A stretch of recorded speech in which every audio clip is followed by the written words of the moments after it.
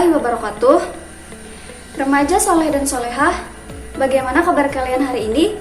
Semoga semuanya dalam keadaan sehat walafiat. Amin. Kembali lagi bersama Ustazah Maria di pembelajaran IPA.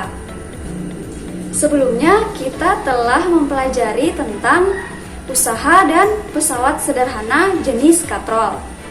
Kali ini kita akan melanjutkan pembelajaran sebelumnya, yaitu tentang pesawat sederhana jenis roda berporos, bidang miring, dan tuas atau pengungkit. Apakah kalian sudah mengenal apa itu roda berporos, bidang miring, dan tuas atau pengungkit? Nah, berikut adalah gambar contoh penerapan roda berporos, bidang miring, dan tuas atau pengungkit. Bisakah kalian mengelompokkannya? Yang manakah yang termasuk roda berporos, bidang miring, atau tuas atau pengungkit?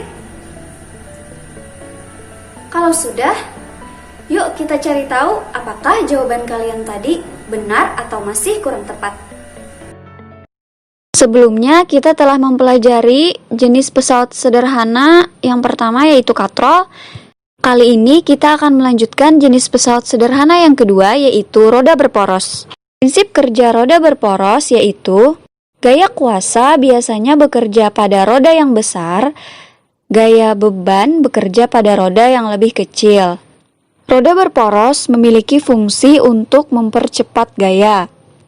Sepeda merupakan salah satu contoh alat yang menggunakan prinsip roda berporos.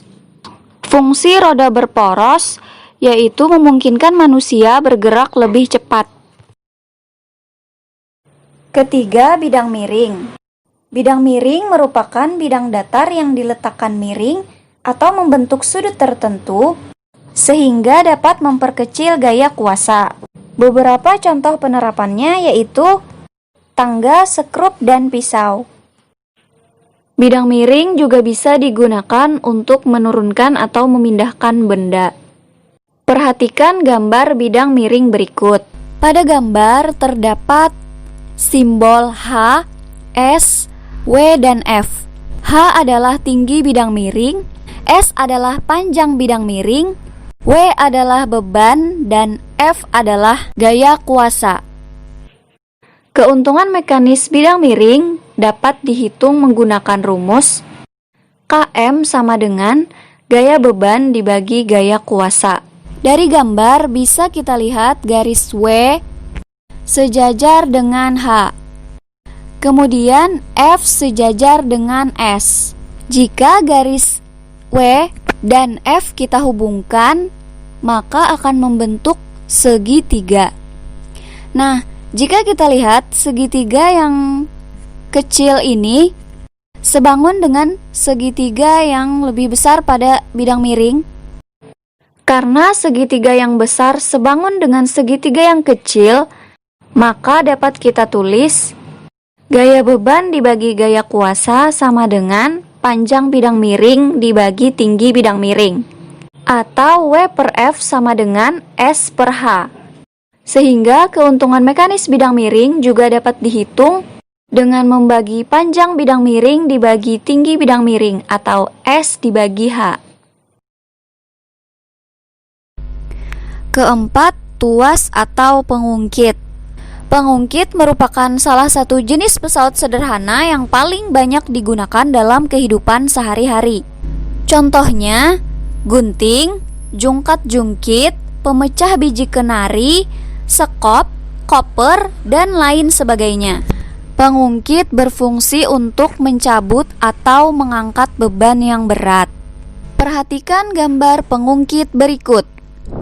Pada gambar terdapat segitiga di tengah, itu adalah titik tumpu atau T. Kemudian di sebelah kiri ujung terdapat simbol W, yaitu beban. Kemudian di sebelah kanan ujungnya terdapat simbol F, yaitu kuasa. Nah, Jarak dari kuasa ke tumpu itu dinamakan lengan kuasa atau disimbolkan dengan LK. Jarak dari beban ke tumpu dinamakan lengan beban atau disimbolkan dengan LB. Syarat kesetimbangan pengungkit adalah beban dikali lengan beban sama dengan kuasa dikali lengan kuasa. Atau bisa kita tulis W dikali LB sama dengan F dikali LK. Rumus ini bisa juga kita tulis W per F sama dengan LK per LB. Karena jika kita kali silang, hasilnya akan sama seperti yang di atas. Karena syarat kesetimbangan pengungkit ini, keuntungan mekanis dapat kita hitung dengan dua cara, yaitu Km sama dengan W dibagi F, di mana W adalah beban, F adalah kuasa. Atau Km sama dengan LK dibagi LB, di mana LK adalah lengan kuasa, LB adalah lengan beban.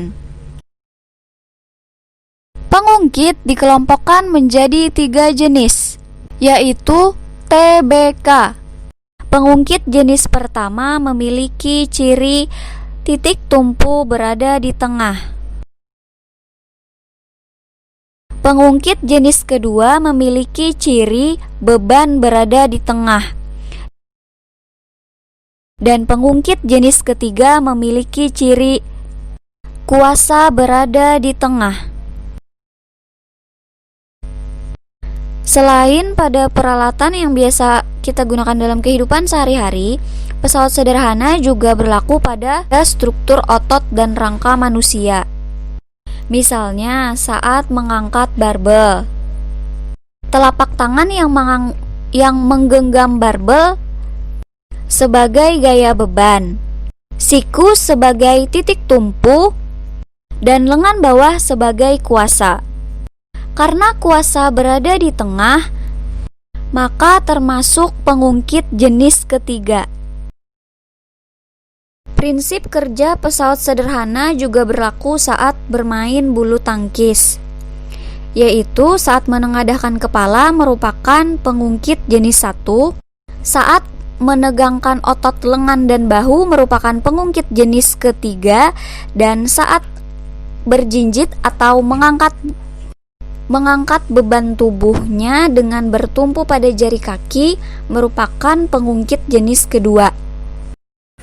Remaja soleh dan solehah, itulah tadi penjelasan tentang roda berporos, bidang miring, dan tuas atau pengungkit.